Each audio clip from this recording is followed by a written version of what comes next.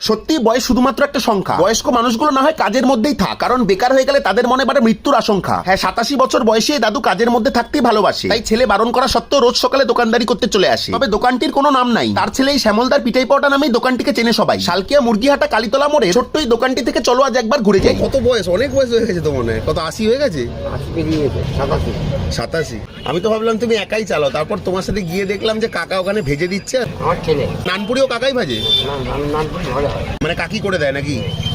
এই বয়সে যে কাপা কাপা হাতে যে তুমি করছো, এটাই অনেক বড় ব্যাপার। বসে থাকলে বরঞ্চ আরো অসুবিধা হয়ে যায়। এটাই পরোটার সাথে ঘুগনি আর নানপুরি হচ্ছে সাথে হচ্ছে আলুর দম। সেটাই দেখছি যে দাদু একা পারছে না, মানে হাত কাঁপছে তো দাদু। বয়স হয়ে গেছে না, বাইপাস করতে বলেছিল পারেনি। ওই দাদু সকালে আসে, দোকানেই থাকে নাকি? সকালেই থাকবে, 10টার মতো থাকে, তারপরে ওয়াইফ চলে আসে। পেটাই পরোটা 15 টাকা শ, সাথে আলুর দমটাই নিলাম। না বাড়িয়ে কিছু বলবো না, যেমন খেতে হয় আর কি তেমনটাই খেলাম। নানপুরিটাও বেশ ভালো, 8 টাকা করে পিস নিল। তবে দাদুর থেকে আজকে তো শেখা গেল